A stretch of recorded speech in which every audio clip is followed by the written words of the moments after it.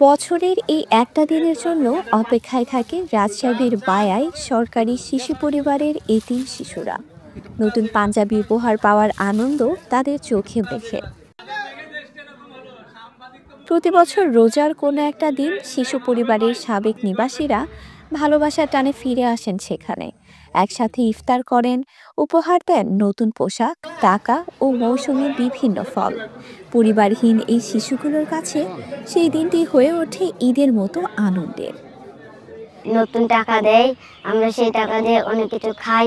ভালো মন্দ আলোচনা করে এবং আমাদেরকে ভালো উপদেশ দেয় আমরা ভবিষ্যতে কি করব। ভালো লাগে বড়বাদের সাথে গল্প করতে, কিছু খাই পেট ভরে, আমরা যেটা লাগে বলি দেয়।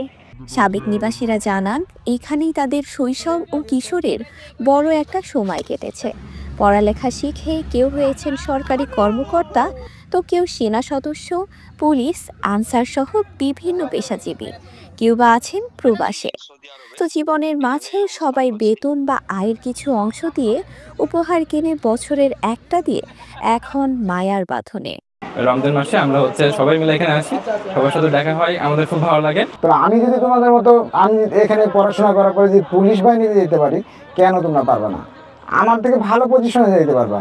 আর আমাদের যে অবশিষ্ট যে ছোট ভাইগুলো এখানে আছে তাদের সাথে এই দিনটাকে আমরা উপভোগ করতে চাই।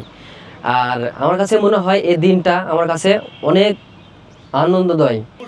সাবেক ও বর্তমানদের মিলন মেলায় আমন্ত্রণ জানানো হয় প্রাক্তন শিক্ষক ও কর্মচারীদের। চলে আড্ডা, স্মৃতির মন্থন। আনন্দ ভাগাভাগির পাশাপাশি খোঁজ নেন একে অপরের। আমি আশা করি যে এই উদ্যোগটা যেন যতদিন ছেলেরা থাকে ততদিন যাতে চালায় যায় আর কি। তবে আজকে সবার সাথে দেখা হয়ে না আমার খুব ভালো লাগলো। আমি খুবই শান্তি পেলাম, মনের দিকটা শান্তি পেলাম। 20টি বছর একাধারে আমি এখানে চাকরি করেছি।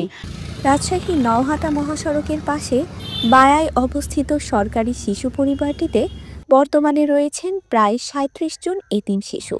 8 থেকে 18 বছর বয়সী ছেলে শিশুরা এখানে বিনামূল্যে থাকা খাওয়ার পাশাপাশি সুযোগ পান পড়ালেখার।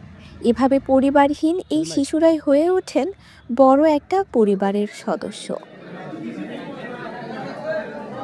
Afsana Ivy, Sky Bangla, Rajshahi.